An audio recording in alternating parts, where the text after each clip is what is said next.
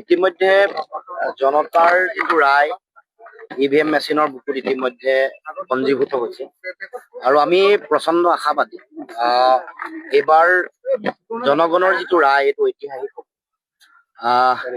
অসমৰ জনগণৰ কাৰণেও আশাপ্ৰদ হ'ব আৰু আমি আমাৰ দলে বিশেষকৈ খোৱাং সমষ্টিত মই ভাবো যে খুব ভাল ফলাফল এইবাৰ ৰাইজে পাব। আমি খুব শক্তিশালীভাৱে এইবাৰ খোৱাং সমষ্টিত অসম জাতীয় পৰিষদ জাতীয়তাবাদৰ আত্মপ্ৰকাশ ঘটিব।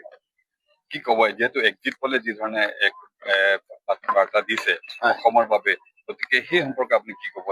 এক্সিট পলৰ আপোনালোকে যিটো দীঘলীয়া যিটো গৱেষণা আপুনি দেখিব যে এভৰি অল্টাৰনেট যিটো এক্সিট পল তাতে ভুলকে দিয়ে।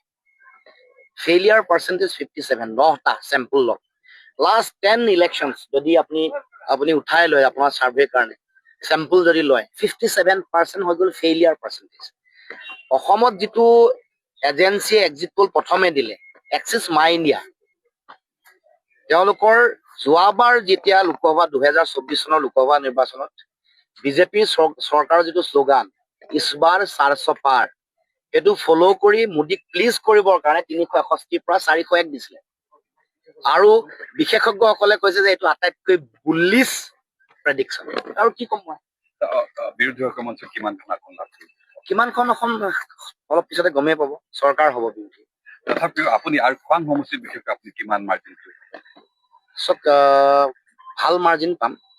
মই এতিয়া মোৰ ফালৰ পৰা ক'ব খোজা নাই, কিছু সময়ৰ ভিতৰত গোটেই ছবিখন প্ৰতিস্ফুট হ'ব, ক্লিয়াৰ হ'ব। গতিকে মই খোৱাংবাসী ৰাইজৰ ওচৰত প্ৰণিপাত জনাইছো আৰু প্ৰচণ্ড আশাবাদী।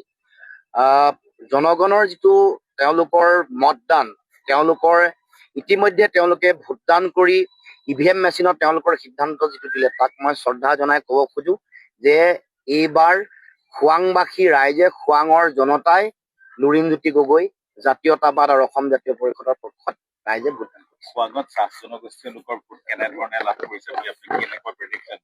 চব চাহ জনগোষ্ঠী, আন জনগোষ্ঠী, সকলো জনগোষ্ঠী ভোট পাইছে। আপোনালোকে ভালকে যদি খবৰ লয়, গ্ৰাউণ্ড ৰিপৰ্ট যদি লয়, সকলো খিলঞ্জীয়া জাতি জনগোষ্ঠী, চাহ জনগোষ্ঠী সকলোৱে, মই কাৰোবাৰ হৈ কোনোবা এটা জাতি জনগোষ্ঠী হৈ নিৰ্বাচন খেলা নাই।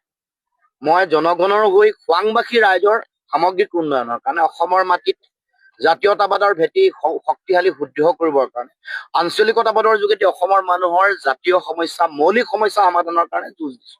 গতিকে সকলো মানুহৰ সকলো সমান অংশগ্ৰহণ হৈছে, সকলোৱে খুব ভালকে ভোটদান কৰিছে আৰু যিটো এটা হিতাধিকাৰী বুলি যিসকল কৈছে তেওঁলোকেও ভোটদান কৰিছে, কাৰণ তেওঁলোকেও গম পাইছে যে পইচাবোৰ তেওঁলোকৰ নিজৰ কৰৰ টকা, গতিকে তেওঁলোকে সঠিক শুদ্ধ সিদ্ধান্ত গ্ৰহণ কৰিছে। কিছু মানুহ আছেই, তেওঁলোকৰ নিজা মানুহ থাকিব কিছু মানুহ, কিন্তু বেনিফিচিয়াৰীৰ মাজৰ পৰাও এবাৰ 40 up to 40%, 40%লৈকে এবাৰ বিৰোধী ভোটদান কৰিছে। এইটো কথা মই নিজে দেখিছো। চাহ জনগোষ্ঠী আপুনি যিটো ক'লেই, চাহ জনগোষ্ঠী মানুহৰ মাজত এবাৰ প্ৰচণ্ড উৎসাহ আছে। তেওঁলোকে কি ধৰণে বাগানত তেওঁলোকে নিজে কেম্পেইনিং কৰিছে, কেনেকে ঝুমুৰ গাই গাই তেওঁলোকে কেম্পেইনিং কৰিছে, কেনেকে সকলো মানুহে জাহাজৰ চিম্বলটো চিনি নাপাব বুলি ভাবি তেওঁলোকে নিজে মানে মোৰ ফটো আৰু জাহাজৰ চিম্বল লৈ নিজে কেম্পেইন মই কৰিব লগা হোৱা। জনজাতীয় ৰাইজ যিসকল আছে, যোৱাবাৰ সৰ্বানন্দ সোণোৱাল উঠোতে যিটো মেৰুকৰণ হৈছিল ফুল্লি পলাৰাইজ ট্ৰাইবেল ভোট, এইবাৰ সেইটো হৈ থকা নাই। গতিকে মই ভাবো যে এইবাৰ কোনো ধৰণৰ এইটো আমি ভাগ ভাগ নকৰাকে, বৈষম্য নকৰাকে, ইকুৱেলি সমতাৰে সকলোৱে এইবাৰ পৰিৱৰ্তনৰ যাত্ৰাত অংশগ্ৰহণ। যিকোনো খবৰৰ বাবে যোগাযোগ কৰক আমাৰ এই নম্বৰত 9181 307 221।